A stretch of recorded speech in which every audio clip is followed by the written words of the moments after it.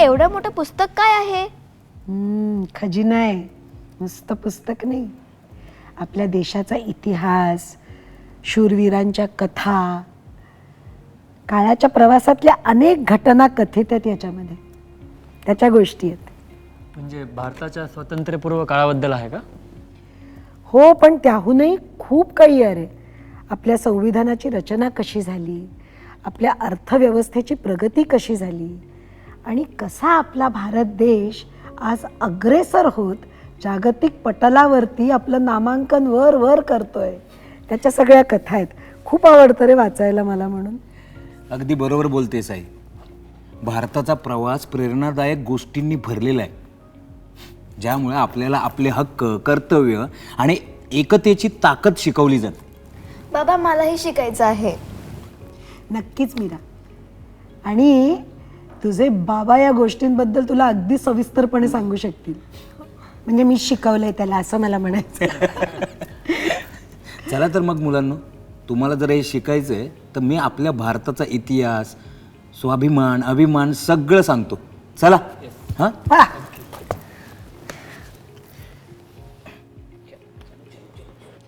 आज आपण भारताच्या 3 बलस्थानांबद्दल अभ्यास करूया. संविधान, इतिहास आणि सांस्कृतिक वारसा. चला तर मग या रोचक प्रवासाला सुरुवात करूया. आजच्या प्रवासानं आपल्याला आपल्या देशाचं सौंदर्य, सामर्थ्य दाखवलं. चला तर मग आपापल्या जबाबदाऱ्या स्वीकारूया आणि एक स्वच्छ, दयाळू, एकात्मतेचं प्रतीक असलेला भारत, जी आपली खरी ओळख आहे, ती निर्माण करूया. तर मुलांनो, आता आपण सर्वात महत्त्वाचा टप्पा समजून घेणार आहोत, म्हणजेच आपल्या लोकशाहीचा कणा, भारतीय संविधान याच्याबद्दल समजून घेणार आहोत. हे एक नियम पुस्तक आहे, तुम्हाला दाखवतो. हे बघा, दिसतंय? हे सुनिश्चित करतं की सर्वांशी समान वागणूक दिली जावी. पण बाबा, हे संविधान कोणी लिहिलं? हे संविधान हे आपल्या देशातील अनेक थोर नेत्यांनी लिहिलं, ज्याचं नेतृत्व महामानव भारतरत्न डॉक्टर बाबासाहेब आंबेडकरांनी केलं. त्यांना भारताचं संविधानाचं शिल्पकार सुद्धा म्हटलं जातं. पण बाबा, संविधानात काय आहे? हे बघ, यात आपले मूलभूत हक्क आहेत, जे आपल्याला स्वातंत्र्य देतात, आणि मूलभूत कर्तव्य सुद्धा, जी आपल्याला आपल्या जबाबदाऱ्यांची जाणीव करून देतात. आता हे बघा, हे आहे प्रास्ताविक, आपल्या संविधानाची ओळख. म्हणजेच यामध्ये भारताला सार्वभौम, समाजवादी, धर्मनिरपेक्ष आणि लोकशाही प्रजासत्ताक म्हटलं आहे. बाबा, ह्याचा अर्थ काय आहे? याचा अर्थ भारत स्वतंत्र आहे, सर्वांशी समान वागणूक ठेवतो, सर्व धर्मांचा आदर करतो आणि शासनात लोकांचा सहभाग मान्य करतो. प्रास्ताविक म्हणजे मार्गदर्शक प्रकाश, जो आपल्याला मूल्यांचा आदर करण्याचं स्मरण करून देतो. बरोबर बोललीस आई. उदाहरणार्थ, शिक्षणाचा हक्क प्रत्येक मुलाला शाळेत जाण्याची संधी देतो. पण आपलं पण तितकंच कर्तव्य आहे की आपण अभ्यास मनापासून करावा आणि शिक्षकांचा आदर करावा. म्हणजे हक्क आणि जबाबदाऱ्या एकमेकांशी जोडलेल्या आहेत. अगदी बरोबर अमन. हा समतोल समजून घेतल्याने आपण चांगले नागरिक बनतो. मी नक्कीच माझ्या जबाबदाऱ्या पाळेन. आता आपण काय करूयात माहितीये? भूतकाळात जाऊन स्वातंत्र्यपूर्व आणि स्वातंत्र्यानंतरचा भारताचा इतिहास समजून घेऊयात, जो आपल्यासाठी अधिक महत्त्वपूर्ण आहे. हो ना? चला तर मुलांनो, आता आपण आपला देश किती पुढे आलाय हे समजण्यासाठी स्वातंत्र्यापूर्वीच्या भारताकडे पाहायला हवं. ओके, इथे बघा, हे आहे ब्रिटिश राज्य. जवळजवळ 200 वर्ष भारत ब्रिटिशांच्या अधिपत्याखाली होता. लोकांवर अन्याय होत होते आणि आपली संसाधनं लुटली जात होती. म्हणूनच स्वातंत्र्य खूप महत्त्वाचं होतं. हो ना? अगदी बरोबर अमन. आपले महात्मा गांधीजी, नेताजी सुभाषचंद्र बोस, राणी लक्ष्मीबाई, भगत सिंग आणि यासारख्या अनेक क्रांतिकारकांनी, पराक्रमी नेत्यांनी आपल्यासाठी आणि आपल्या स्वातंत्र्यासाठी संघर्ष केला. मग आपण शेवटी स्वातंत्र्य कसं मिळवला? कसं मिळवलं? ती खूप मोठी गोष्ट आहे. इकडे बघा. स्वातंत्र्य मिळण्यासाठी खूप कारणं होती, पण त्यातीलच एक कारण म्हणजेच सिपोय म्युटिनी. 1857 साली भारताचा पहिला स्वातंत्र्य लढा म्हणून ओळखला जाणारा हा उठाव ब्रिटिश राजवटीविरुद्ध मोठा बंड होता. याच्यासाठी कारणं अशी होती की ब्रिटिश धोरणांबद्दलचा राग, ख्रिश्चन धर्म स्वीकारण्यासाठीचा दबाव आणि ग्रीस लावलेल्या काडतुसांवरून हिंदू आणि मुस्लिम या दोन्ही धर्मांचा धार्मिक अपमान केला गेला. याच्यावर परिणाम असे झाले की हे बंड दडपण्यात आले, पण यामुळे ईस्ट इंडिया कंपनीला विसर्जित करून भारतात थेट ब्रिटिश सरकारची सत्ता 1858 साली सुरू झाली. आता ह्यातीलच अजून एक कारण हे बघा. जलियावाला बाग हत्याकांड सन 1919.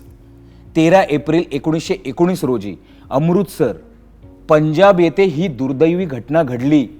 यामध्ये रॉलेट ॲक्ट विरोधात शांततापूर्ण निदर्शनं करणाऱ्या लोकांवर गोळ्या झाडण्यात आल्या.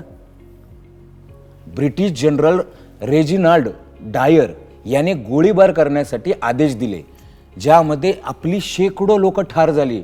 एवढंच नाही तर हजारो लोक जखमी सुद्धा झाली. यासाठी हे बघा, हे आहे पुढचं कारण. असहकार चळवळ 1920. महात्मा गांधी यांनी 4 सप्टेंबर 1920 साली ही चळवळ सुरू केली. याचं उद्दिष्ट काय होतं माहिती आहे तुम्हाला? याचं उद्दिष्ट होतं ब्रिटिश मालावर बहिष्कार घालणं, सरकारी नोकऱ्या आणि शाळा सोडणं आणि कर भरणं थांबवणं. याचे परिणाम असे झाले, 1922 मध्ये चळवळ थांबवली गेली, पण लोकांना एकत्र आणून स्वातंत्र्यासाठी मोठा लढा दिला. आता आपण भारताच्या स्वातंत्र्याच्या लढ्याला चालना देणाऱ्या इतर महत्त्वाच्या घटना पाहूयात. हे बघा. भारतीय राष्ट्रीय काँग्रेसची स्थापना सन 1885. लोकांच्या तक्रारींवर आवाज उठवण्यासाठी एक राजकीय व्यासपीठ. पुढे बघा. चंपारण सत्याग्रह सन 1917. गांधीजींची पहिली मोठी चळवळ, ज्यामध्ये निळीच्या शेतकऱ्यांची समस्या सोडवण्यात आली. यातील पुढचा भाग आहे लखनौ करार सन 1916. काँग्रेस आणि मुस्लिम लीग यांच्यातील एकत्रित करार, ते पण आपल्या स्वराज्याच्या मागणीसाठी. मग पुढे भारत छोडो आंदोलन 1942. गांधीजींच्या नेतृत्वाखाली हे आंदोलन लढलं गेलं. ह्या आंदोलनामध्ये करा किंवा मरा ह्या घोषणेसह ब्रिटिशांना भारत सोडण्याची मागणी केली. आता ह्या सर्व घटनांनी मिळून सन 1947 म्हणजेच 15 ऑगस्ट 1947 साली भारताला अखेर स्वातंत्र्य मिळालं. काय विलक्षण असेल ना तो दिवस. नाही म्हणजे कल्पना सुद्धा केली तरी अंगावर शहारे येतात. लोक रस्त्यावर नाचत होते. उज्ज्वल भविष्याची आशा होती त्यांच्या मनात, आणि अजूनही आपण तो तसाच साजरा करतो. हो नाही, काय दिवस होता तो. म्हणजे आम्ही त्या काळात नव्हतो, पण आजच्या ह्या पिढीला तर कळलं पाहिजे ना की आपल्या स्वातंत्र्यासाठी किती क्रांतिकारकांनी स्वतःचे बलिदान दिले. मुलांनो, स्वातंत्र्यानंतर भारताला अनेक अडचणींचा सामना करावा लागला. शाळा, रुग्णालयं आणि कारखाने उभारण्याची आपल्याला गरज होती, पण जिद्दीच्या जोरावर आपण एक मजबूत आणि आत्मनिर्भर देश बनलो. आणि आता आपण अंतराळातही रॉकेट पाठवत आहोत. अगदी बरोबर अमन. अरे, शेतीपासून ते अंतराळ तंत्रज्ञानापर्यंत भारताने खूप मोठी प्रगती केली आहे. म्हणजे आपल्या इतिहासातून आणि आपण एकता टिकवण्याची आणि मेहनत करण्याची धडे घेतो. हो, आपल्या स्वातंत्र्यासाठी केलेल्या बलिदानांची आठवण आपण सतत मनात तेवत ठेवली पाहिजे, आणि उज्ज्वल भविष्य घडवण्याची जबाबदारी सतत स्मरणात ठेवायला हवी. तरच घडेल नवा उज्ज्वल सक्षम भारत. हो आई, हे तर स्मरणात ठेवायलाच हवं. हे अगदी गरजेचं आहे. आता आपण भारताच्या आर्थिक इतिहासाबद्दल आणि विकासाच्या प्रवासाबद्दल जाणून घेऊयात. हो ना? चला तर मग. तर मुलांनो, आता आपण भारताच्या आर्थिक इतिहासाबद्दल जाणून घेऊयात. कारण स्वातंत्र्यानंतर आपण कशी प्रगती केली ते बघूयात. हा, हे बघा, ही आहे वैभव सिंधू संस्कृती. हजारो वर्षांपूर्वी सिंधू संस्कृतीच्या काळात भारत कापूस, मसाले आणि मौल्यवान रत्नांचा वापर करायचा. म्हणजे भारत तेव्हा आंतरराष्ट्रीय बाजारपेठ होती. अगदी बरोबर अमन. त्यावेळी आपली अर्थव्यवस्था चांगल्या स्थितीत होती. आता हे बघा, हे काय आहे? प्राचीन नाण्यासारखं दिसतंय ना? तुम्हाला माहिती आहे का, भारत हा व्यापारासाठी नाणी वापरणारा पहिल्या देशांपैकी एक होता. यामुळे व्यवहार सोपे आणि सुव्यवस्थित झाले. त्यानंतर काय झालं? त्यानंतर मौर्य आणि गुप्त साम्राज्यांच्या काळात भारत शिक्षण, कला आणि विज्ञान यासाठी प्रसिद्ध झाला. आपण गणित, खगोलशास्त्र आणि वैद्यकीय शास्त्रात महत्त्वाचं योगदान सुद्धा दिलं. अरे आमूलाग्र. दूर देशातून, दूर दूर कुठून, परदेशातून लोक आपल्या नालंदा, तक्षशिला आपल्या विद्यापीठांमध्ये भारतीय ज्ञान शिकण्यासाठी यायचे, ज्ञानार्जन करायला यायचे. हो ना आई, नालंदा युनिव्हर्सिटी केवढी मोठी आहे. पण ब्रिटिशांच्या राजवटीत आपली संपत्ती लुटली गेली. त्यांनी आपली संसाधनं काढून नेली आणि जड कर लावले, ज्यामुळे लोकांचं जीवन अगदी खडतर झालं. म्हणूनच स्वातंत्र्यानंतर आपण देश पुन्हा उभा केला. हो अमन, स्वातंत्र्यानंतर आपण उद्योगधंदे उभारणं, शेती सुधारणं आणि तंत्रज्ञान विकसित करणं यावर जास्तीत जास्त भर दिला. आता तुम्हाला अजून एक गोष्ट दाखवतो. हे बघा, पाहिलं? आता आज भारत हा सर्वात वेगाने विकसित होणाऱ्या अर्थव्यवस्थांपैकी एक आहे. माहिती तंत्रज्ञान आणि अंतराळ संशोधन या क्षेत्रातही आघाडीवर आहे. म्हणजे आपला प्रवास आपली ताकद आणि सृजनशीलता दाखवतो. हो ना.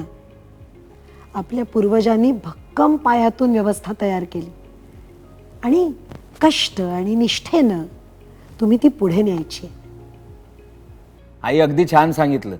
चला आता आपल्या देशाला घडवणाऱ्या थोर व्यक्तिमत्वांबद्दल आणि आपल्या राष्ट्रीय प्रतीकांबद्दल बोलूयात. इकडे बघा, तुम्हाला तर ठाऊकच आहेत, हे आहेत आपले महात्मा गांधी, आपले राष्ट्रपिता. त्यांनी सत्य आणि अहिंसेच्या तत्वांवर भारताच्या स्वातंत्र्य लढ्याचं नेतृत्व केलं. म्हणजे त्यांनी कोणालाही न दुखवता लढायचं शिकवलं. तुला एवढं कसं काय येतं एवढी छोटी असून? हा, अगदी बरोबर बोललीस. अगं, त्यांच्याच शिकवणीने संपूर्ण जगाला प्रेरणा मिळाली. आता हे बघा, यांना कोण ओळखत नाही. हे आहेत आपल्या भारताचे संविधान लिहिणारे भारतरत्न डॉक्टर बाबासाहेब आंबेडकर, भारतीय संविधानाचे शिल्पकार. त्यांनी सर्वांना समानतेचा हक्क मिळावा म्हणून अहोरात्र मेहनत घेतली. म्हणूनच त्यांना भारतीय संविधानाचे जनक म्हणतात. हो, त्यांचा न्याय आणि समान हक्कांवर दृढ विश्वास होता. आता ह्या आहेत राणी लक्ष्मीबाई, झाशीची राणी, ज्यांनी सन 1857च्या उठावात ब्रिटिशांशी निर्भयपणे लढा दिला. त्या किती धाडसी आणि शूर असतील ना. खरंय. काय शिकवतात आपल्याला? त्या आपल्याला शिकवतात की कठीण परिस्थितीतही योग्य गोष्टींसाठी उभं राहणं किती महत्वाचं आहे. अगदी बरोबर आई. आणि आता हे आहे आपल्या भारताचा राष्ट्रध्वज, आपला तिरंगा, आपला अभिमान, आपला स्वाभिमान. त्याचे रंग आणि अशोक चक्र आपल्याला धैर्य, शांतता आणि प्रगतीच्या मूल्याचं प्रतीक आहेत. तिरंगा हा आपल्या एकतेचा प्रतीक आहे. बरोबर. आपला तिरंगा, वाघ, मोर आणि इतर राष्ट्रीय प्रतीकं आपल्या देशाची ताकद आणि सौंदर्य दर्शवतात. आणि ही प्रतीकं आपल्याला स्वातंत्र्यासाठी दिलेल्या बलिदानांची आठवण करून देतात. आणि नागरिक म्हणून तुमच्या माझ्यावर, आपल्या प्रत्येकावर नागरिक म्हणून आपल्यावर असलेल्या जबाबदाऱ्याही त्याही शिकवतात. कळलं का आजीने काय सांगितलं ते? हे लक्षात ठेवा हा. आता आपण भारताच्या सांस्कृतिक आणि स्थापत्य वारशाबद्दल जाणून घेऊयात आणि त्यातील अद्भुत गोष्टींची सफर करूयात. हा चला. एक विचारू? नाही म्हणजे मलाही खूप आवडते ही चर्चा, पण आज तुम्ही आपल्या महान नेत्यांबद्दल आणि प्रतीकांबद्दल काय शिकलात रे? गांधीजीने आपल्याला शांततेत लढायला सांगितलं आणि डॉक्टर बाबासाहेबांनी आपल्याला संविधान दिले. हो, आणि राणी लक्ष्मीबाईंनी खरी शूरता काय असते ते दाखवलं. छान छान. आणि या गोष्टीनं तुम्हाला आयुष्यभर लक्षात राहतील. मला लक्षात येत ना अजून. आत्तापर्यंत आपण आपल्या संविधानाची शिकवण, नेत्यांच्या शौर्यगाथा आणि प्रतीकांचं महत्त्व जाणून घेतलं. पण आपली यात्रा, ही जी ज्ञानयात्रा आहे, ही इथेच संपत नाही आहे. पुढच्या भागात आपण भारताचा सांस्कृतिक आणि स्थापत्य वारसा, भूतकाळाच्या गोष्टी सांगणारी स्मारकं आणि आपल्याला जोडणाऱ्या परंपरांचा शोध घेऊया. या रोमांचक प्रवासात मला खात्री आहे तुम्ही कुठेही सोडून जाणार नाही, सोबतच राहाल.